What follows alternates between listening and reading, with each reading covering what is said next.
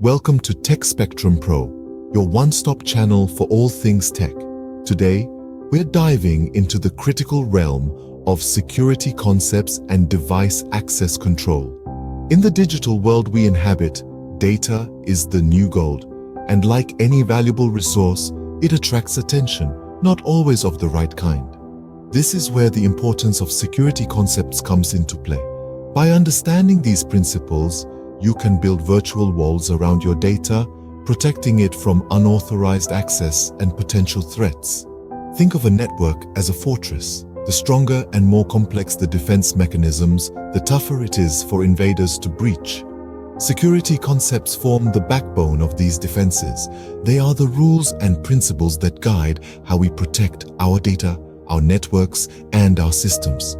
From understanding the different types of threats to knowing how to mitigate them, these concepts provide the theoretical foundation you need to ensure the security of your digital fortress. Moving on to device access control. It's all about who gets in and who doesn't. Imagine you're the bouncer at a high-profile event. You have a list, and only those on the list are allowed in. That's what device access control is all about. It's about setting up rules and systems to ensure that only authorized individuals can access a particular device or network. But how do you make sure the person at the door is who they claim to be? This is where things like passwords come in. By setting up local passwords, you can ensure that only those who know the secret code can gain access. Mastering security concepts and device access control is like learning a new language. It's challenging at first, but once you get the hang of it, it opens up a whole new world of possibilities. It's not just about protecting data, it's about ensuring the integrity of our systems and the privacy of individuals. As we move forward, remember that understanding these concepts is not just about passing the CCNA exam. It's about equipping yourself with the skills to secure the digital world. Now, let's dive into the key security concepts that form the backbone of network security. To truly understand network security, we need to grasp some fundamental concepts. First off, we have the CIA. No, not that CIA. In this context, CIA stands for confidentiality, integrity, and availability. These three pillars form the basis of information security. Confidentiality refers to the practice of keeping sensitive information private by ensuring it's only accessible to authorized individuals. Imagine if your confidential business plans were accessible to everyone. Not an ideal situation, is it? That's where confidentiality comes in, ensuring your data is seen only by those who should see it.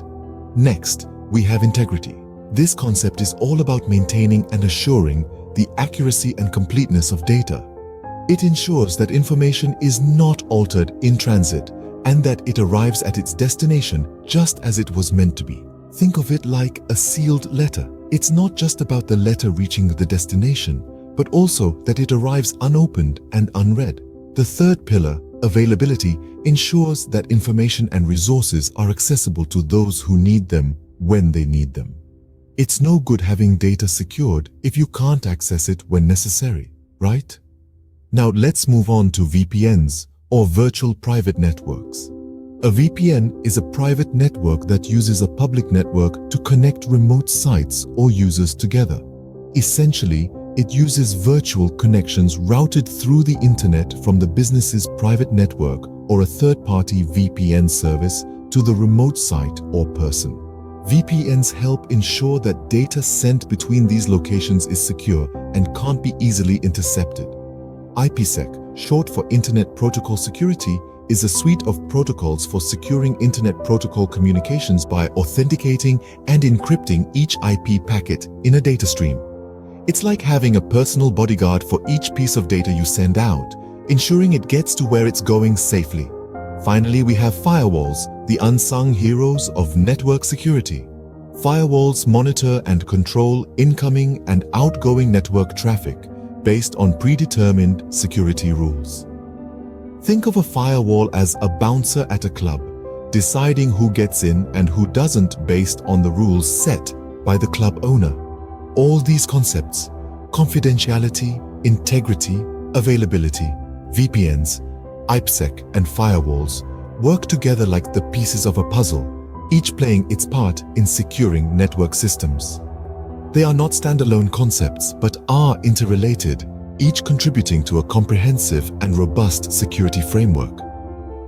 With these concepts, network security isn't just a buzzword, it's a manageable reality.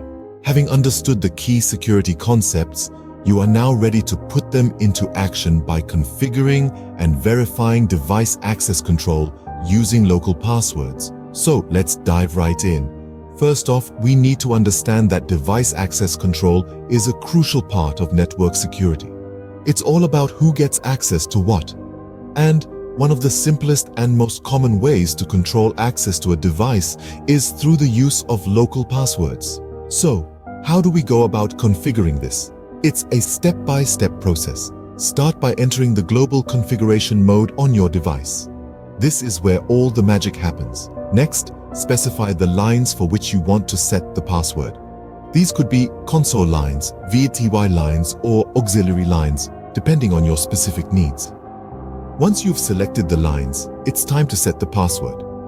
This is where the importance of strong passwords comes into play. A strong password is like a sturdy lock on your front door. It's your first line of defense against intruders. So make sure your password is complex and unique, combining letters, numbers, and special characters. When you've set the password, don't forget to enable password checking at login. This is like making sure the lock on your door actually works. Without this step, the password you've just set is about as useful as a chocolate teapot. Now, having configured device access control, it's essential to verify it. This is equivalent to testing your door lock to make sure it works correctly. Use the show running config command to display the configuration and check if the password has been set on the specified lines. But remember, verification isn't a one-time thing, it's an ongoing process. Regularly check your configurations to ensure they're still in place and functioning as they should be. Also be mindful of the fact that while local passwords are an important part of device access control, they're not the be-all and end-all of network security. They're just one piece of the puzzle. Other security measures, like encryption and firewalls, are also critical. So, there you have it. A step-by-step guide to configuring and verifying device access control using local passwords. It may seem a bit daunting at first, but with practice, it becomes second nature. And the peace of mind that comes with knowing your network is secure is well worth the effort.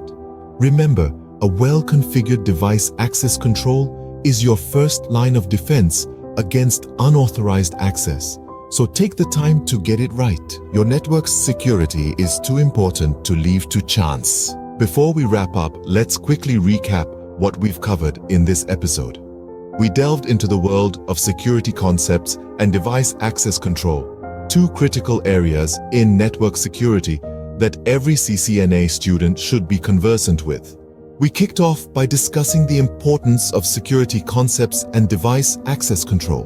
We learned that in this digital age, securing networks is not just an option, it's a necessity.